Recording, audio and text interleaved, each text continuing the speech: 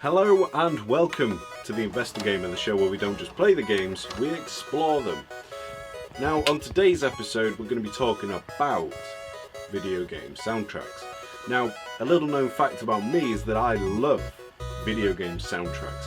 Super Mario Galaxy, Twilight Princess, Halo. These are all fantastic soundtracks and I just love talking about them. I love it almost as much as being the only YouTuber not sponsored by Raid Shadow Legends. And I love not being sponsored by Raid Shadow Legends.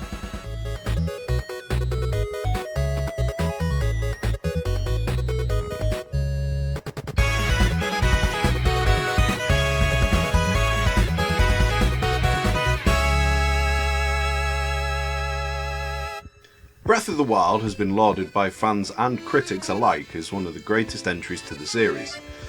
However, there are many contentious issues that divide the fanbase's opinion on the game. Whether it be the seeming lack of content in the overworld, the absence of a crafting system to build and repair weapons, or the game's soundtrack, or rather lack of, to say the least. Now, upon starting to play the game, all three of these were an issue that bugged me. But the lack of soundtrack disappointed me the most. After watching the 2017 trailer repeatedly just to hear that sweet, sweet rendition of the main theme. Here it comes!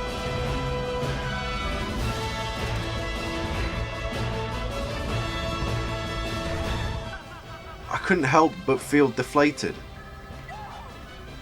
Apart from the opening crescendo after leaving the Shrine of Resurrection,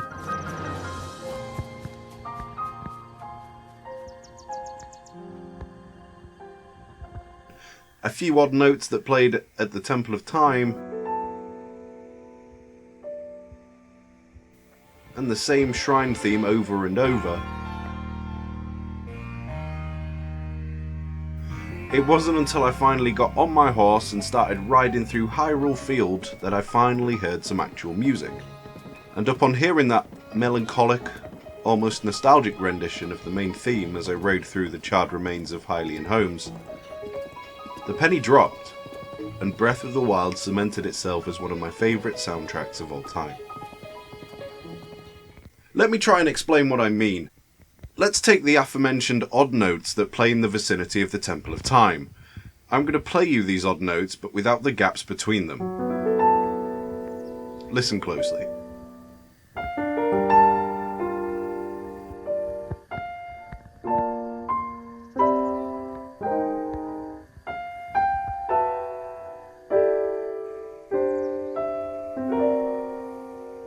Now, the more eagle-eyed among you, or rather, keys-eared, will have picked out that these notes are actually a melancholic rendition of the Song of Time from Ocarina of Time. The Temple of Time is also where we hear another familiar tune from Zelda's past. Upon awakening from the shrine, Link heads down a curved path and runs into a hooded man, who doesn't introduce himself. However, whenever he appears to Link, a familiar sounding jingle plays.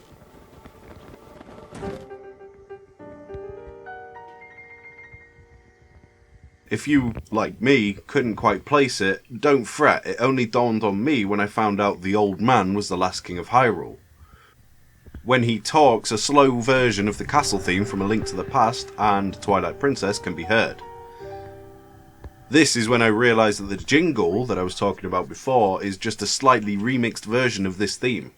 This connection between the king and this piece of music gets stronger, as the next piece of music that plays is a rendition of Farewell Hyrule King, first heard in The Wind Waker. A version of Hyrule Castle that played in a more ceremonious, almost funeral-like fashion. Which is fitting, as this is the last time canonically Link interacts with the Phantom King. Various stables can be found dotted all around Hyrule, and when you find one where Kass, the Rito Bard, is taking refuge, you can hear him playing a version of Epona's song, which previous to this can be heard at Lon Lon Ranch in Ocarina of Time.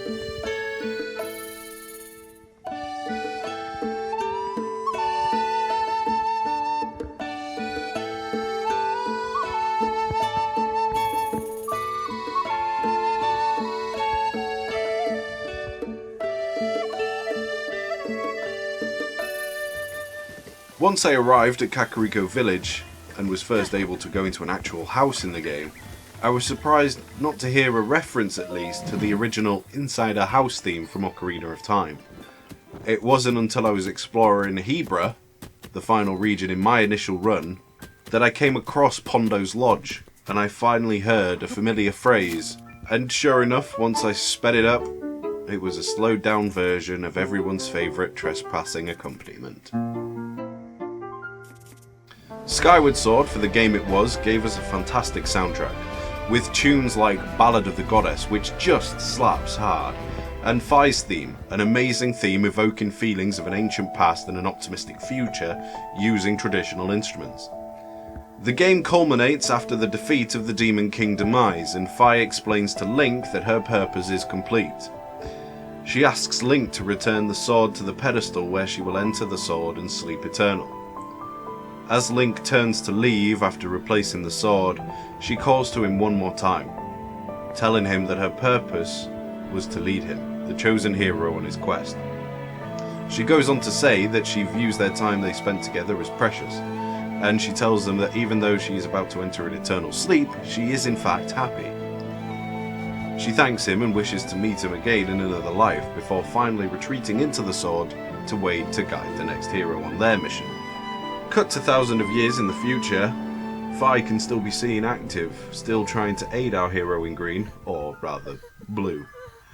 When Zelda orders the Sheikah warriors to take Link to the Shrine of Resurrection, Fi can be seen gleaming in the blade, her theme playing gently over the top. So he can...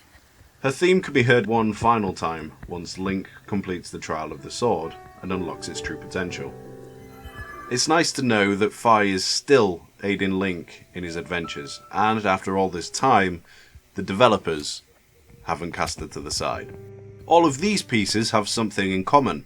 They all represent the ghosts of Hyrule that was destroyed thousands of years ago. This is why the quieter, less bombastic approach to the soundtrack works so well. But having said that, there are multiple locations where a louder approach to the soundtrack is taken. Each of the 5 major locales in the game have a distinct memory from the Zelda past attached to them. The Gorons, for example, live on Death Mountain, where the level 9 theme from the original Legend of Zelda game has been used. Alongside this, a similar style of music and chord progression is used in Goron City itself, linking back to the Death Mountain music in Twilight Princess and Goron City in Ocarina of Time. Zora's domain also takes a memory from the domains present in Ocarina of Time and Twilight Princess, being more or less the same piece of music present in those games. When you visit the Koroks that reside within the Great Deku Tree in the Lost Woods, a rendition of Forest Haven from the Wind Waker can be heard. When I first came across Rito Village, I found one of my favourite tracks from Zelda history. Along with this track, I found a long lost memory, both in the game's universe and in real life. This rendition of Dragon Roost Island hit differently, and a great big silly smile spread across my face. One of my earliest gaming memories was playing the Legend of Zelda Collector's Edition promotional disc on the Nintendo GameCube. It was one of the first games my brother and I ever got, and I used to play the Wind Waker demo over and over and over. To hear it brought back so beautifully put a big old lump in my throat. And finally, Gerudo Town. I, along with many others, were disappointed at the lack of a pumping Gerudo Valley theme. It would have made crossing the vast desert a lot more interesting, to say the least. However, on one of the occasions that I was visiting the town, I put the controller down to listen to see if there was anything that could link the town's music to a previous entry in the series. And I found something. I'm going to need to channel my inner Scruffy here, so please bear with me. What I love. Hello, I'm Scruffy. First of all, I took the soundtrack of Gerudo Town, put it into an audio editing software, and played around with everything I could. Speed, tempo, pitch, you name it, I twiddled with it. And then finally, like 1,000 monkeys slapping away at a typewriter, I churned out Shakespeare. Ladies and gentlemen, I give you Gerudo Valley a la Breath of the Wild.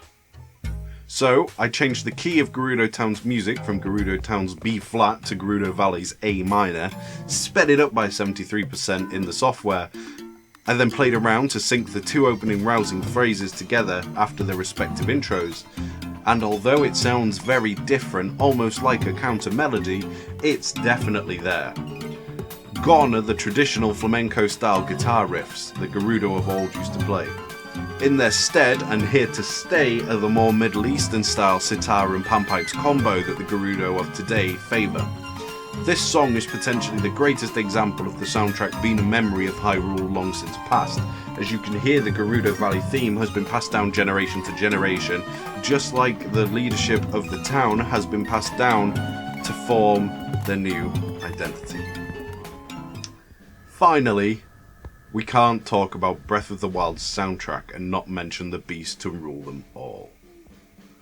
Hyrule Castle as a theme here has so many memories in its score, making it possibly one of the greatest pieces of Zelda music ever, in my opinion.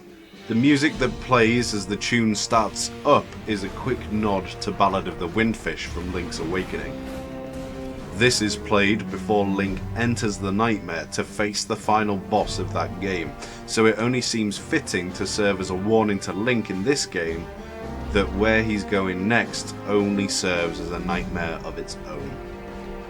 As it seems the quest is coming to an end, it seems fitting that we be reminded of the fated three cursed to repeat history time and time again. First up is the theme for Link.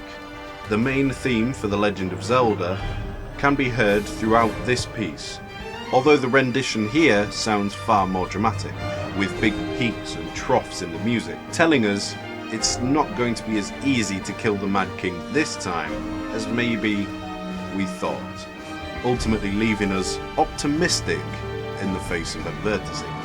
Next is the titular princess herself.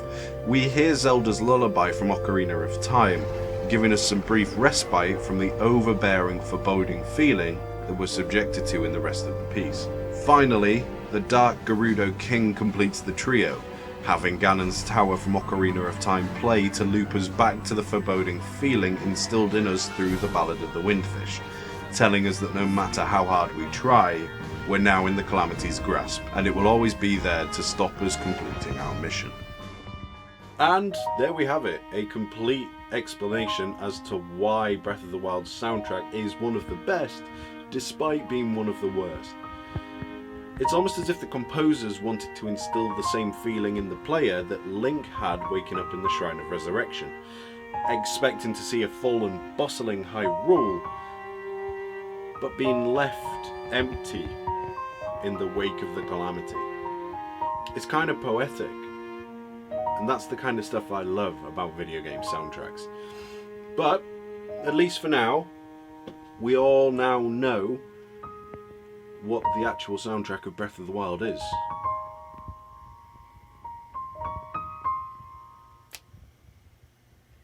Or do we?